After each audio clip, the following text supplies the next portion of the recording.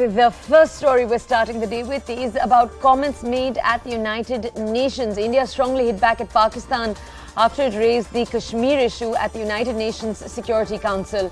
The response that India gave, I'm going to quote it for you because its wording was particularly strong. India said that a country that had hosted slain Al-Qaeda leader Osama bin Laden and attacked a neighboring parliament does not have the credentials to sermonize in the powerful UN organ. This was Jaishankar's remarks, the External Affairs Minister. He made these strong remarks right after the Pakistan Foreign Minister Bilawal Bhutto raised the Kashmir issue while speaking in the Council debate on reformed multilateralism. Very quickly, let me take you to what Jaishankar had to say, then we'll carry on. We are obviously focused today on the urgency of reforming multilateralism. We will naturally have our particular views, but there is an ongoing convergence, at least, that this cannot be delayed any further. The credibility of the UN depends on its effective response to the key challenges of our times, be it pandemics, climate change, conflicts, or terrorism. While we search for the best solutions, what our discourse must never accept is the normalization of such threats. The question of justifying what the world regards as unacceptable should not even arise. That certainly applies to state sponsorship of cross-border terrorism. Nor can hosting Osama bin Laden and attacking a neighboring parliament serve as credentials to sermonize before this council. Okay, that is what the External Affairs Minister had to say. Very quickly now, let's connect with my colleague Abhishek to understand more. Right before we do, the quick bit of context, Jaishankar had arrived at the UN on Tuesday to preside over two events on counterterrorism and reformed multilateralism. They're being held under India's current presidency of the UNSC before the curtains come down this month on the country's two-year tenure as an elected member of the powerful 15-nation council. Now, very quickly, let's go over to my colleague Abhishek for more context. Abhishek, these remarks coming in by S. Jaishankar, our External Affairs Minister.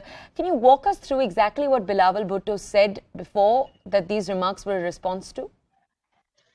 Also, Bilawal Bhutto tried to raise the issue of Kashmir and how this has been a dispute and everything that Pakistan has been trying to rake up at international and multilateral platforms. So, in that response, only Jaishankar's remark came that when he exposed Pakistan's narrative of having hands in gloves with the multi-terrorist organizations.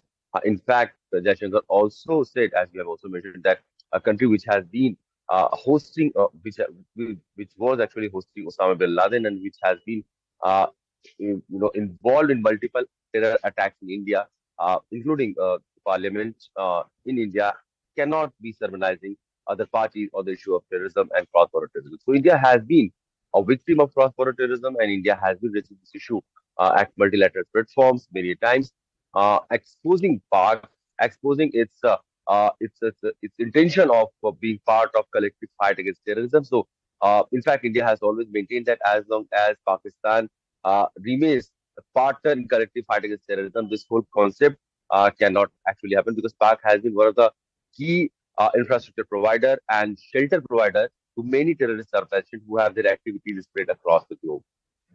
Okay. All right. Abhishek, I also want to understand from you, with a little bit more context over here, after India made these remarks, what was the international response? Did Pakistan get a chance to respond further? We have not got any response from Pakistan, but we can only assume that Pakistan will try to whip up a narrative against India.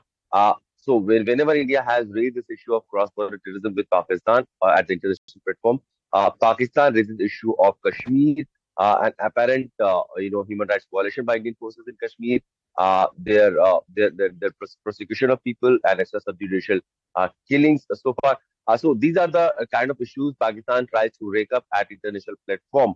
That Indian-controlled Kashmir has been being impacted by Indian side's authoritative regime. So, I mean, this is the narrative that Pakistan has built over the years. Okay. But there are less takers of this narrative, because if you talk about terrorism, world has recognized the fact that Pakistan has been implicit in providing shelter to various terrorist organizations. And in fact, the latest Taliban regime, which has been in Afghanistan, world has also seen how Pakistan has been closely associated with the senior leadership of Taliban. So Right. there is no Abhishek, if I denying could of the just fact that request you to stay with us for a second. Nirmal Singh, the former Deputy Chief Minister of Jammu and Kashmir, is with us right now. Sir, when it comes to India and Pakistan relations, a spike in the tensions was observed by all when New Delhi abrogated Article 370 of the Constitution to revoke the special status of Jammu and Kashmir back in 2019.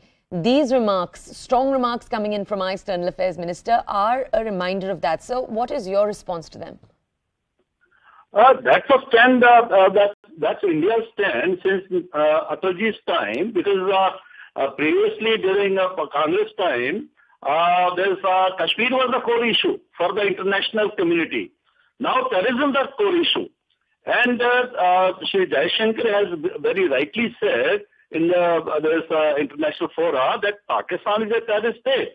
And India is not going to accept it, and neither the world community should accept it, because it's anti-human. You have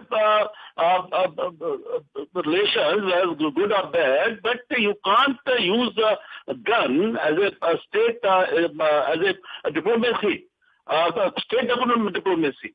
That's our stand, and Pakistan is doing it. If they have some differences over Kashmir, let them do it through the diplomacy, not through the gun. And they are not doing it only a few years back. They are doing it right from 40 years.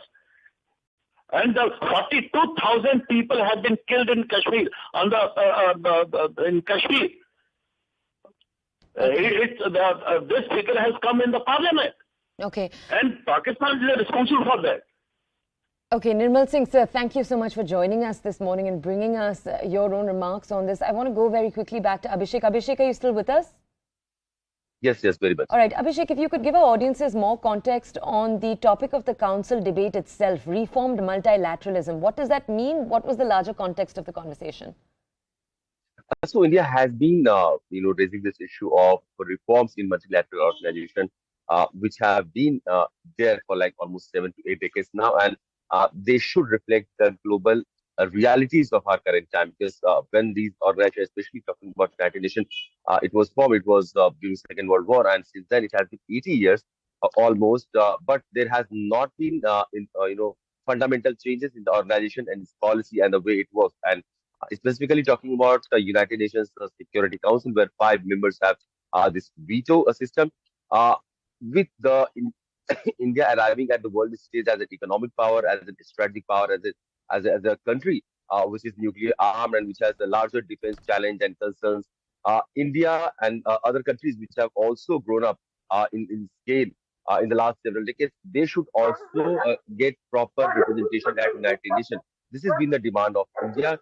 That in fact, there are a group of countries where India, Brazil, Germany, they have been raising this issue of having a better representation at this multilateral platform, which has been there for almost 30 years, and they do dictate every single defense and security challenges that the world faces and how to deal with them. So India wants to have a fair share in those spaces, and this is how this multilateral reforms and why should other countries get proper representation has come in the picture in the last few years. Okay, all right.